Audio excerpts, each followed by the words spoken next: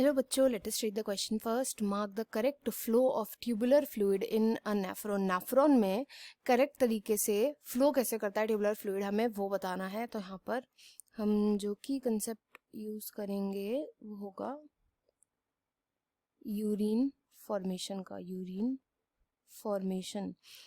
जब हम प्रोसीजर को समझेंगे तब हमें खुद ही पता चल जाएगा कि जो ट्यूबुलर फ्लूइड है वो कैसे रन करता है. अब देखो, ट्यूबुलर का मतलब क्या हो गया. जो नेफ्रॉन होता है, नेफ्रॉन यहाँ पे जो मैंने पिक्चर लगाई नेफ्रॉन की है, किडनी में प्रेजेंट होता है. इसके मेन दो पार्ट होते हैं. एक तो होता है ग्लोमेरुलस एंड दूसरा पार्ट होता है ट्यूबुलर पोर्शन. रीनल ट्यूब्यूल भी हम इसको बोलते हैं. तो ट्यूबुलर पोर्शन हो गया. तो जो ग्लोमेरुलस है वो तो ये होता है, जो टफ्ट है ना यहाँ पे गुच्छा जो बना हुआ है कैपिलरीज का, इसी को हम बोलते हैं ग्लोमेरुलस. बाकी जो रेस्ट ऑफ द जो पोर्शन है वो सब ट्यूबुलर पार्ट में आता है.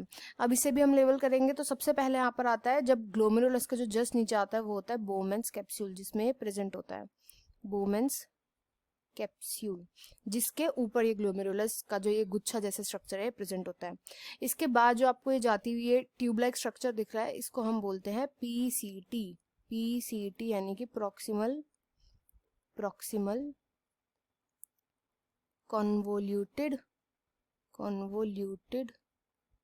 Tubule. Proximal convoluted tubule, PCT इसको बोला जाता है. इसके बाद पीसीटी से होकर के ये पीसीटी के रास्ते कहाँ आ रहा है, ये फ्लूइड यहाँ आ रहा है.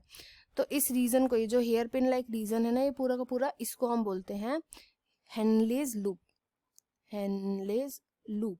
एंड ये जो लूप है ना, ये भी दो पोर्शन में डिवाइडेड है. जब लिक्विड नीचे जा रहा है तो नीचे जाने वाला जो लिम्ब होगा उसको हम बोलते हैं डिसेंडिंग लिम्ब. Descending limb. और ये जहां से लिक्विड ऊपर जा रहा है इसको हम बोलते हैं ascending limb.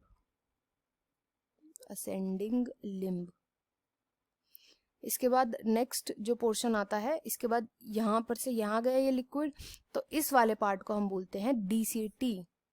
DCT, D for होता है डिस्टल, जो बाद में आता है.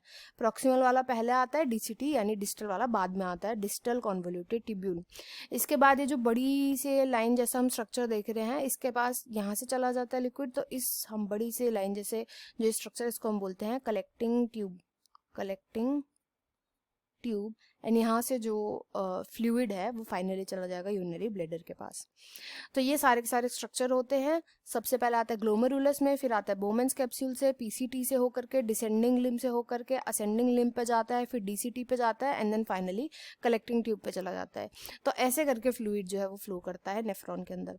तो यहाँ पर जब हम सारे ऑप्शन देखेंगे तो यहाँ पे राइट आंसर जो है ना वो ऑप्शन डी हो जाएगा. सबसे पहले Bowman's capsule, PCT, then descending limb of Henle's loop, then ascending limb of Henle's loop, and then DCT आएगा. तो I hope you understood well. Best of luck and thank you.